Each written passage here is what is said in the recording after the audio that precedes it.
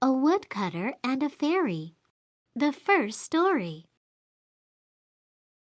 Long, long ago, there was a mysterious wood thickly covered with trees. People thought of the wood as a holy place, and no one dared to set foot in it. In the wood was a well filled with clear and fragrant water. It was where fairies came down from heaven either to take a bath or to draw water from the well and take it back to heaven. One day, a poor woodcutter went deep into the wood to get some wood and got lost. No matter how far he walked, he couldn't find the way out. All he saw around him was thickly grown trees, bushes, and grass all tangled up together. The woodcutter got so scared that he didn't know what to do. Just then, he heard laughter from somewhere. He saw 3 beautiful fairies with a skin as fair as white gem, taking a bath in the well, frolicking and laughing. They had taken off their white winged robes and left them beside the well. The woodcutter sneaked up to the winged robes and stole one of them, and he hid himself behind a bush and watched. At sunset, the fairies came out of the water. It was time to put their winged robes on and go back to heaven. However, they saw only 2 robes left beside the well. No matter how hard they looked for the 3rd one, they couldn't find it.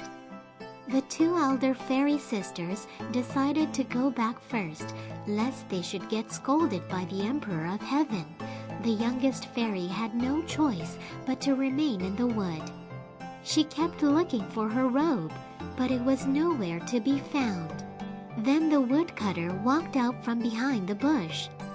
He didn't want to give the winged robe back to her, no matter how much the fairy pleaded for it.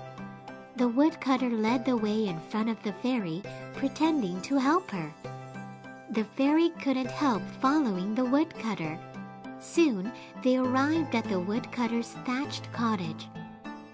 Finally, the poor woodcutter and the fairy got married. The young couple lived happily. Every now and then, the fairy would ask her husband about her winged robe, but the husband would laugh and say that he had burned it. Many years later, the couple's son was grown enough to be able to speak, laugh, and romp about. One day, the husband had to go far away from home, and he said to his wife, "My dear, after you dried the grain in this jar, please dry the grain in that jar too. But you must never open the jar that contains rice straw. If you open it, the old mesh bag man will appear and take Mom and Son." But the fairy forgot about what her husband had said and took out all 3 jars and began to spread the grain from the jars to dry.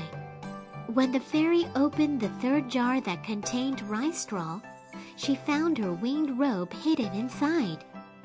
No sooner had she touched the robe than she longed to go back home in heaven. When she looked up at the blue sky, she remembered playing in the clouds and wanted to fly up to the sky. From that day on, the fairy tried flying about in the air above the cottage every day. Even her son would point to the winged robe and ask her to fly high up to the sky. Whenever his mother was up in the sky, the son would raise his hand and shout for joy. "Mom, higher! Fly higher!" The fairy mother wanted to go back to heaven, but she couldn't leave her poor son behind. One day, the fairy counted the days on her fingers and realized that her husband would soon come back home. So she made a lot of bread and told her child, "When you're hungry, eat the bread, and when you get thirsty, drink water. Mom will be busy working, so don't look for Mom. Do you understand?" The fairy fastened one of her combs on her son's clothes and flew away in tears. By the time the woodcutter returned home, the fairy wife had already gone. When his son showed him the comb, the woodcutter realized what had happened. The sad woodcutter took his son to the wood every day, and looking up at the sky, waited for his wife to come back. He hoped his wife would feel sorry for him and their son and come back to them. However, the fairy never came back. As his son cried bitterly day and night, asking for Mom, the woodcutter missed his fairy wife more and more.